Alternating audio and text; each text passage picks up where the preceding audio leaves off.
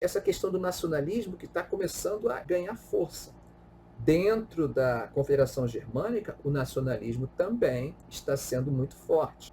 É, de certa forma, o nacionalismo que vai gerar a chamada Guerra dos Ducados, que eu falei para vocês, aqueles ducados lá que estavam com a Dinamarca. Aqueles ducados, boa parte da população tinha origem germânica.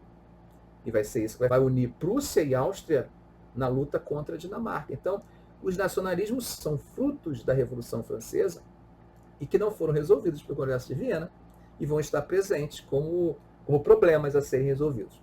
Uma outra questão que também não se tocou foi a questão oriental.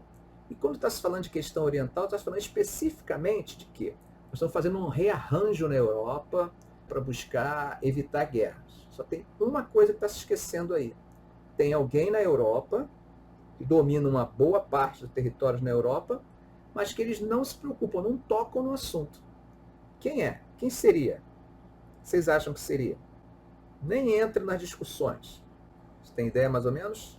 Todas as discussões de estados que nós falamos, mas tem um estado que controla uma boa parte de territórios ali na Europa, principalmente na região bem oriental, e que as discussões não tocam nesses assuntos, no assunto desse estado, né? Deixa ele de fora. E ele controla uma boa parte ali de regiões, inclusive estratégicas. Alguém tem ideia de que estado seria esse? Nós não falamos?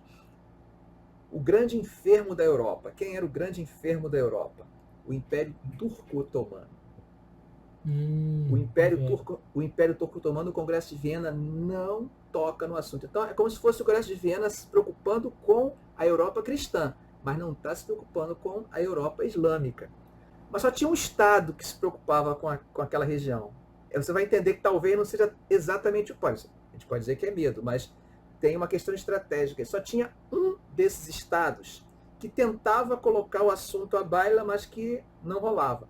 Qual era o único estado da Europa, dessas potências, que pensava em começar a avançar e derrotar o Império Turco-Otomano? Rússia, exatamente. Por quê? A Rússia... Deixa eu ver se volta o mapa aqui para a gente olhar. Olhando no mapa fica muito mais... Ver se tem algum mapa aqui que dê para ver isso. Aqui acho que dá para ver. Tá vendo esse pedacinho aqui? Aqui tem um estreito, não dá nem para ver aqui porque o mapa está muito pequenininho, mas aqui tem um estreito. Na verdade são dois estreitos, tem esse aqui, Bósforo, e aqui Dardanelos. Esse aqui corta a cidade de Constantinopla. Aqui é Constantinopla, aqui é Constantinopla. Então, quando o Império Turco domina isso aqui, lembra da história da baleia e do urso? Olha a marinha russa, onde está? A Rússia, para vir para os mares quentes, vir no Mediterrâneo, para cá, vai ter que atravessar isso aqui. Então, para a Rússia controlar essa região, expulsar os turcos daqui, é importantíssimo. Então, a Rússia tem interesse em começar a avançar em direção ao Império Turco-Otomano. Mas o Império Austríaco tem? Não. Por quê? Porque o Império Austríaco acha que o Império Turco-Otomano aqui atrapalha quem? A Rússia. A Prússia tem interesse? Não. Por quê? Porque a Prússia acha que o Império Turco-Otomano aqui atrapalha a Rússia. A Inglaterra tem, e assim por diante. Tá? Então ninguém queria discutir isso, só a Rússia.